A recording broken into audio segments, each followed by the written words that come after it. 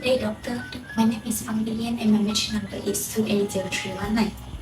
As a close friend of Mr. Abu, I would like to advise him to stop this misconduct, as the consequences of doing so are very detrimental from the aspects of legal, social, economic, as well as religious.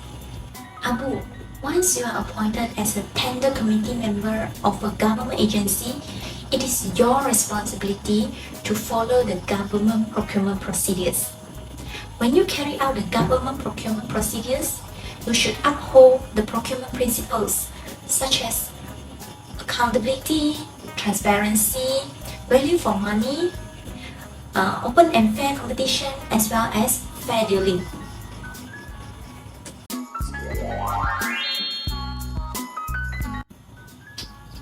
Since the National Audit Department detected some weaknesses in the government agencies' compliance with regulations and procurement planning, you should put a stop to the misconduct rather than attempt to conceal all the dishonest deeds.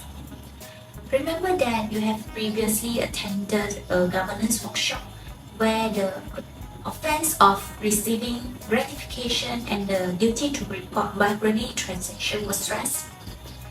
Therefore, you should be aware that in cases of corruption, you, as the person who received gratification, must report the gifts or offer made by the contractors, as well as the contractor's name, to the commission or the police officer. If you insist on receiving gratification from the contractors to sustain your lavish lifestyle, you risk imprisonment for a term not to exceed 20 years, as well as a fine of not less than 5 times of the amount of gratification you have received, or 10,000 ringgit, whichever is higher.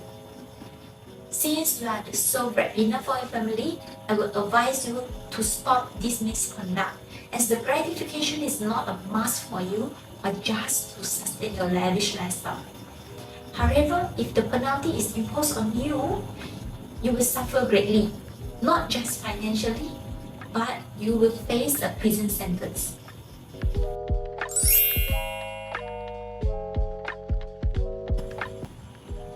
On the other hand, once you commit corruption, you are no longer acting in accordance with the procurement principle, such as public accountability and fair dealing.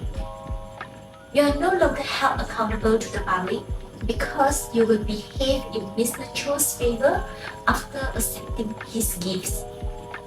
Even though the price offered by the other contractors may be more reasonable when taking into consideration the non-price factors such as timeliness, quality, quantity, warranty, whole life costs, and maintenance, Mr. Cho will win the tender. Mr. Cho will win the tender not because of any other factor, but because you have received personal benefits from him. This is unfair to the other contractors who follows the procedures set forth during the bidding process. You also fail to discharge public accountability by doing so, as you are not answerable for your actions if it is questioned by others.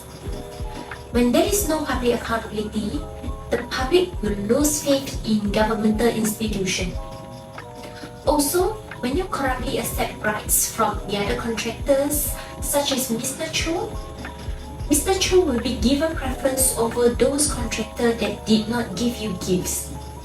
Therefore, all of the bids will not be processed fairly in accordance with the established policies and procedures.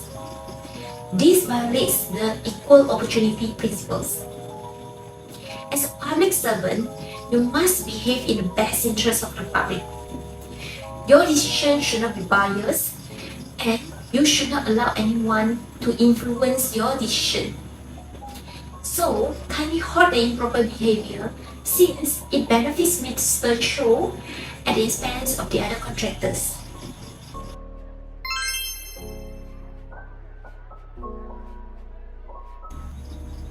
From an economic standpoint, your acceptance of price prevents economic growth.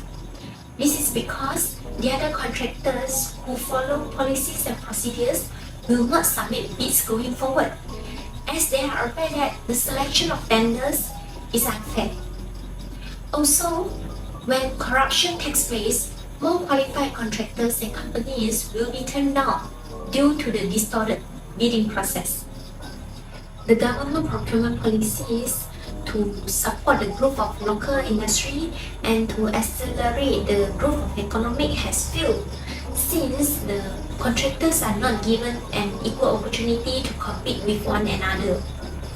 This may cause even more contractor companies to shut down their business, since they are unable to sustain their operations during this period of slow economic growth without being awarded a tender.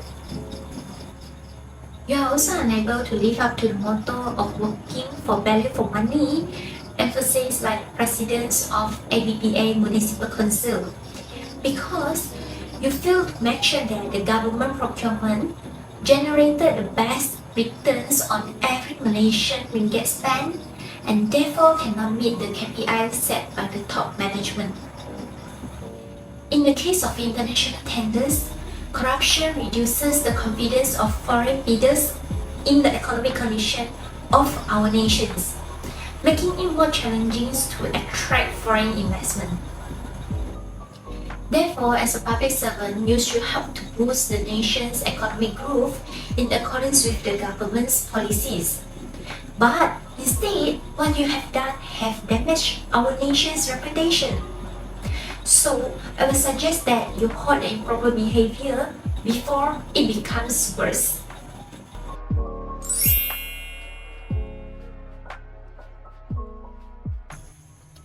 From my point of view, you should not become so enamored with your lavish lifestyle that you forget to perform your prayers.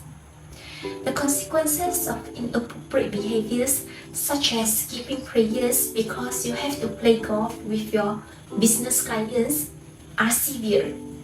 It is also not a good idea to skip your fast by arranging trips during Ramadan. I will advise you to perform your prayers on time and avoid the idea of skipping a fast, as this will help to achieve freedom from sin, bad habits, and addiction.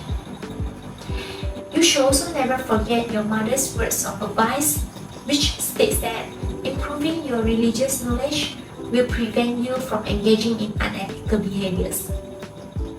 You should be reminded that religious beliefs can affect one's behaviors. No religion allows corruption. Thus, pious person who regularly performs their prayers on time will refrain from doing anything that is against their religion. Therefore, I encourage you to participate in congregational prayer or attend religious talks at mosques to broaden your understanding of the religion. I can assure you that if your religious knowledge improves, you will not be easily susceptible to other bad temptation. Another piece of advice I would like to give you is to consider paying zakah and making charitable contribution to less fortune rather than continuing to live a luxury lifestyle with your own salary. It not only helps to purify your wealth, but it also helps in the removal of sins. So, stop accepting bribes from the contractors since it is against the religion. I really hope that my advice will convince you to give up the plan to hide your dishonest deeds you have committed previously. I hope that you will admit your mistake, learn from them, and start over. That's all from me. Thank you.